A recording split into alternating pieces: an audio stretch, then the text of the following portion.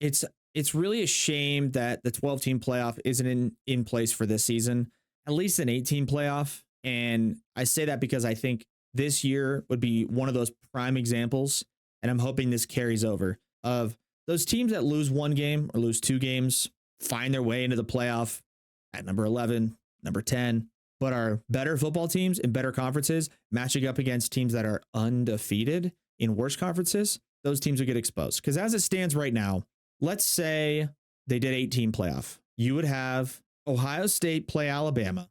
You would have Georgia playing Texas. You would have Michigan playing Oregon, and you'd have Florida State beating Washington, or playing Washington and beating them.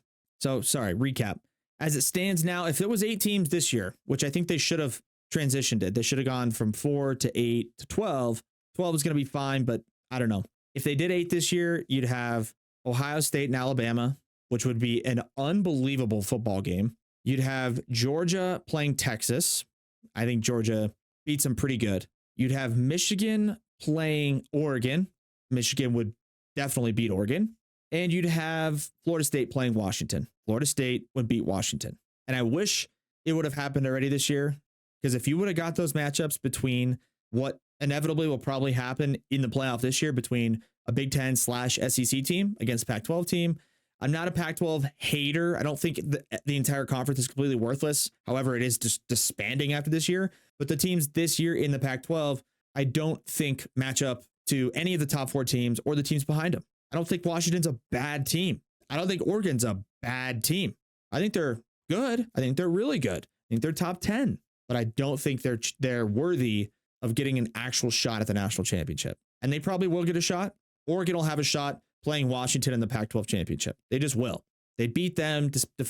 Depending on how they beat them, they could sneak into the top 4. Now, what do you do?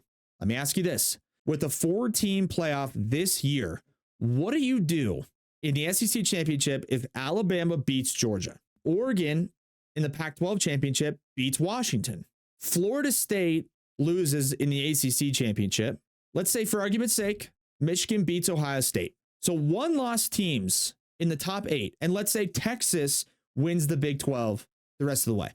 So again, to recap, what do you do? What do you do with the 4-team playoff this year if the conference championship games go as follows? Alabama beats Georgia, Oregon beats Washington, Florida State loses, not even the Big Ten championship, but let's just say Michigan beats Ohio State, and then Texas wins the Big 12. 1-loss teams, potentially, you could have Alabama, Georgia, Ohio State, Florida State, Oregon, and Washington. Then what do you do? And this has always been the flaw of the 4-team playoff, because you can't just say losses are losses, right? In that 1-loss whole thing situation, they probably immediately default to head-to-head. That wouldn't work great with Oregon and Washington, because they'd be 1-1 each against each other. You probably end up putting Texas above Alabama, but then that means you put them above Georgia, but Georgia was the better team all year. So is Texas better than Georgia because Texas beat Bama, Bama beat Georgia, but then Texas lost to Oklahoma. Oklahoma's not good. So their 1 loss isn't as quality as Alabama's loss. Like, this is what I'm talking about. We can't just look at record. There has to be a value system. There has to be metrics, numbers, analytics. We live in such an age of technology and numbers and percentages. I mean, every time I watch a football game, it's like AWS sprint speed or all this stuff. And all it's like, can we work that into this playoff committee instead of just having a bunch of dudes voting on it? Seriously. And just the eye test. Oh, they all have 1 loss, but this team looked better than this team. And I know football is so, one game, one team could not show up and it could blow up in everybody's face. I get it. But in that situation of those 5 1-loss teams, I'm putting Georgia back in. I'm putting Alabama in. I'm probably putting Michigan in. And I'm probably putting Ohio State in, because I think those are the best 4 teams. Now, I don't have the numbers to back it up. I don't have the support. I don't have all those things I reference because I am not on the college football playoff committee. I think those guys should have that. Otherwise, I'm not sure that the system is valuable. Thankfully, the 12-team playoff will probably alleviate some of these negotiations and these issues. But the 4-team playoff this year has the potential to be an absolute disaster I think college football this season, the college football playoff, is in jeopardy of a massively underwhelming, disappointing, and to a lot of people, completely discredited Final Four college football playoff. Because if Alabama beats Georgia and they both have one loss, if Oregon beats Washington and they both have one loss, Michigan and Michigan and Ohio State have to play each other. One of them's going to walk away with a loss.